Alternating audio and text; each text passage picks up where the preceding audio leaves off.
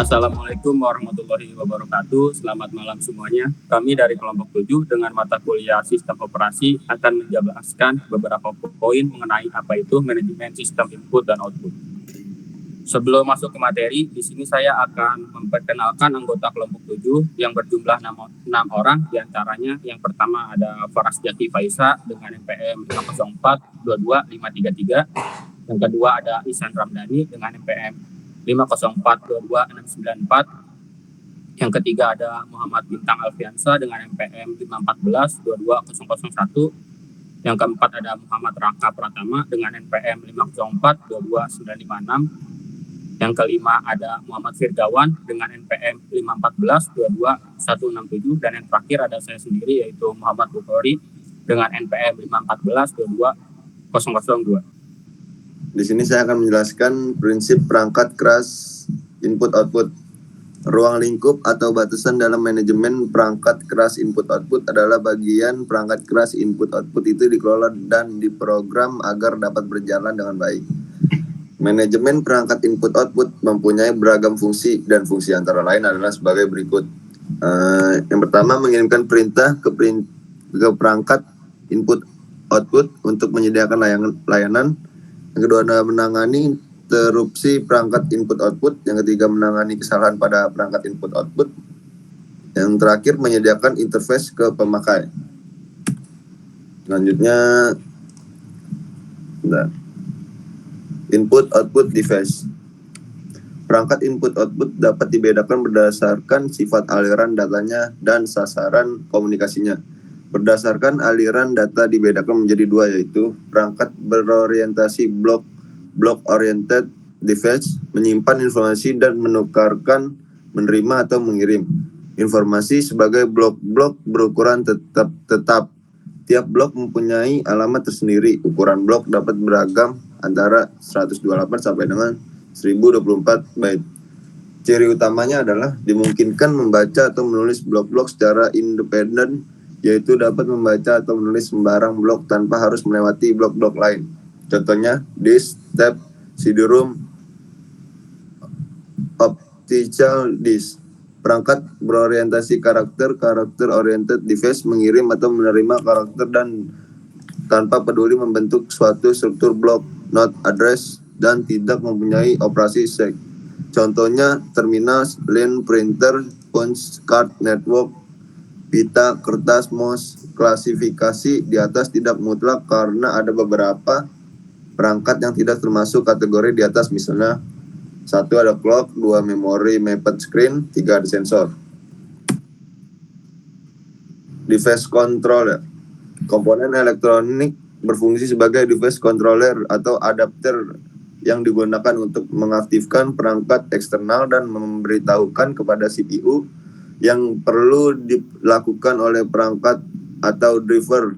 Suatu contoh, unit tab magnetik diinstruksikan untuk kembali ke posisi awal atau bergerak ke record berikutnya dan sebagainya. Sementara itu teknik untuk mengoperasikan perangkat input-output meliputi 3 cara, yaitu cara yang pertama ada perangkat input-output terprogram atau programmed input-output. Yang kedua ada perangkat berkendalikan interupsi atau interrupt input-output. Dan yang terakhir ada DMA, Direct Memory Address Program. Input-output merupakan teknik mengoperasikan perangkat input-output komputer yang dikontrol oleh program. Direct Memory Access atau DAM. DAM adalah suatu cara pemindahan data atau informasi dari sebuah memori ke perangkat I/O atau sebaliknya, yang dilakukan secara langsung tanpa campur tangan dari prosesor. DMA berfungsi membebaskan pemrosesan menunggui transfer data yang akan dilakukan I/O drive. Saat pemproses ingin membaca atau menulis data, pemproses memerintahkan DAM controller dengan mengirimkan beberapa informasi, yaitu perintah penulisan atau pembaca. 2. Alamat I/O drive. Ketiga, awal lokasi memori yang ditulis atau dibaca. 4. Jumlah word byte yang ditulis. dibaca setelah mengirim atau dibaca setelah mengirimkan informasi ke DAM controller. Memproses dapat melanjutkan kerja lain. Prinsip perangkat lunak I/O. Keuntungannya, pemanfaatan perangkat lunak untuk mengelola I/O ini pada dasarnya adalah mengorganisirkan software dalam beberapa layer di mana level bawah menyembunyikan akses atau kerumitan hardware untuk level di atasnya. Level akan berfungsi sebagai antar muka atau interfaces ke pengguna.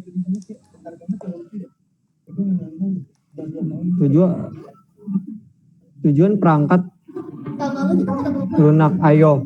Tujuan perangkat lunak I/O, tujuannya adalah konsep dalam desain software I/O merupakan device independen dan tidak bergantung pada drive yang digunakan. Penamaan yang seragam atau uniform naming. Penamaan file bekas atau perangkat adalah string atau integer dan harus sederhana. Tidak bergantung pada drive.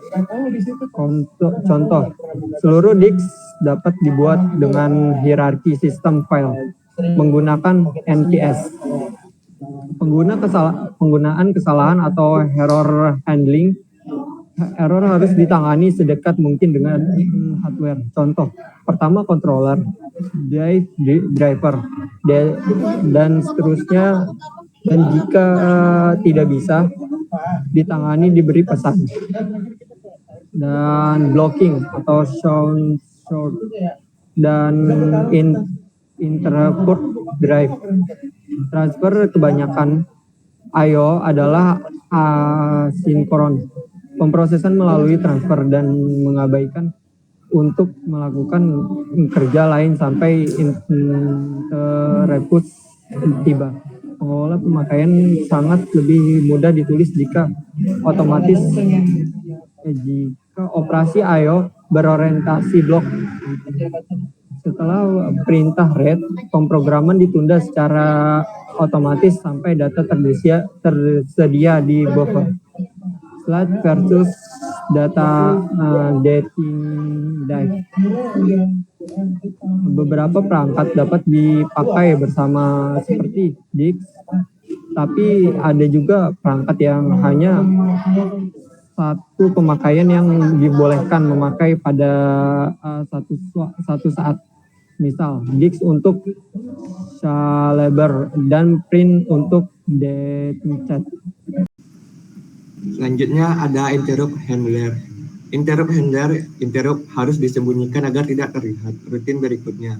Device driver di blok saat perintah input-output diberikan dan menunggu interupsi. Ketika interupsi terjadi, prosedur penanganan interupsi bekerja agar device driver keluar dari state block. Yang kedua ada device drivers. Device drivers, seluruh kode device dependent terletak di device driver. Tiap device driver menangani satu tipe atau satu kelas device.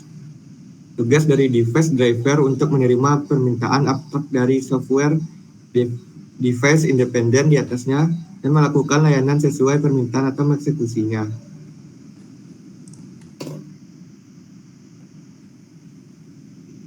Selanjutnya device independent input-output software. Input-output device independen adalah software input-output yang tak bergantung pada perangkat keras. Fungsi dasar dari software device independen adalah yang pertama, membentuk fungsi input-output yang berlaku untuk semua device. Yang kedua, menyediakan interface uniform yang seragam ke user level software. Yang ketiga, memberikan penanaman device. Yang keempat, memberikan proteksi device. Yang kelima, memberi ukuran blok device agar bersifat device independen. Yang keenam, melakukan buffering. Yang ketujuh, mengalokasi penyimpanan pada blok device. Yang kedelapan, mengalokasi dan pelepasan dedicated device. Yang kesembilan, melakukan pelaporan kesalahan. Selanjutnya user space output software. Sebagian besar software output berada di dalam sistem operasi yang di-link dengan user program. Sistem call termasuk output biasanya dalam bentuk prosedur, library procedures.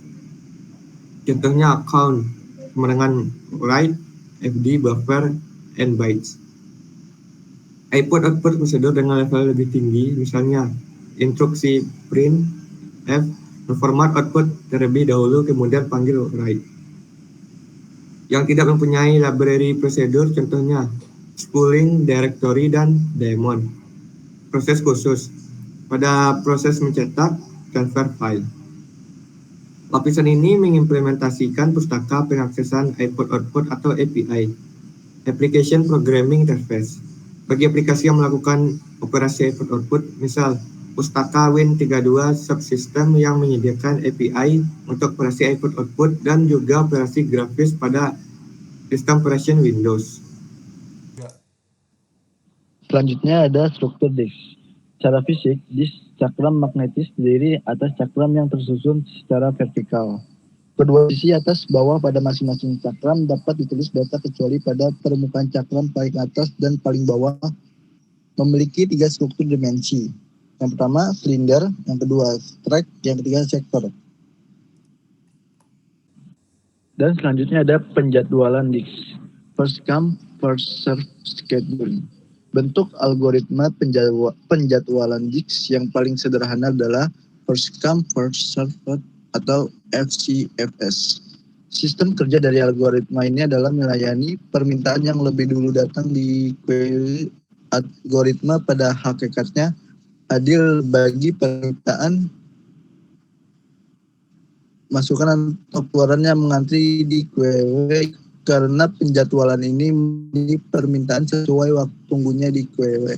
Tetapi yang menjadi kelemahan algoritma ini adalah bukan merupakan algoritma dengan layanan yang tercepat. Sebagai contoh, misalnya di edis terdapat antrian permintaan blok input atau output di silinder.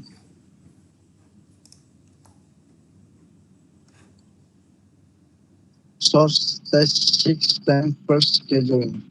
Source system first atau SSTF merupakan algoritma yang melayani permintaan berdasarkan waktu pencarian yang paling kecil dari posisi head terakhir. Sangat beralasan untuk melayani semua permintaan yang berada dekat dengan posisi head yang sebelumnya, sebelum menggerakkan head lebih jauh untuk melayani permintaan yang lain. Scan scheduling. Pada algoritma scan, head bergerak ke silinder paling ujung dari disk. Setelah sampai di sana, maka head akan berbalik arah menuju silinder di ujung yang lainnya. Yang kedua ada CS scan scheduling. Algoritma C-scan atau circular scan merupakan hasil modifikasi dari scan untuk mengurangi kemungkinan banyak permintaan yang menunggu untuk dilayani. Yang terakhir ada loop scheduling. Algoritma ini mirip dengan scan, bedanya head tidak perlu melakukan perjalanan penuh dari bagian terluar sampai terdalam bila sudah tidak ada disk request lagi. Selanjutnya ada disk management. Fungsi dasar disk management. Yang pertama ada buat partisi, drive logis, dan volume. Yang kedua ada menghapus partisi, drive logis, dan volume. Yang ketiga ada format partisi dan volume. Dan yang keempat ada mark partisi aktif. Menetapkan atau mengubah huruf drive untuk volume hard disk, drive removable disk, dan drive CD-ROM. Memperoleh gambaran visual cepat sifat semua disk dan volume pada sistem. Buat mount drive pada sistem dengan menggunakan sistem file NTFS. Selanjutnya ada mengkonversi dasar disk ke disk dinamis. Mengkonversi dinamis untuk disk dasar meskipun ini adalah operasi destruktif. Terakhir ada pada disk dinamis membuat sejumlah volume khusus termasuk membentang, bergaris, cermin, dan RAID 5 volume. Selanjutnya ada disk swap space management. Swap space management adalah salah satu dari low level task pada sebuah sistem operasi. Memori virtual menggunakan disk space sebagai perpanjangan atau space tambahan dari memori utama. Karena kecepatan akses disk lebih lambat daripada kecepatan akses memori, menggunakan swap space akan mengurangi performa sistem secara signifikan. Tujuan utama dari perancangan dan implementasi swap space adalah untuk menghasilkan kinerja memori virtual yang optimal. Dalam subbab ini, kita akan membicarakan bagaimana swap space digunakan, di mana letak swap space pada disk, dan bagaimana penanganan swap space. Sekian dari kelompok 7, kurang lebihnya mohon maaf. Selamat malam dan terima kasih.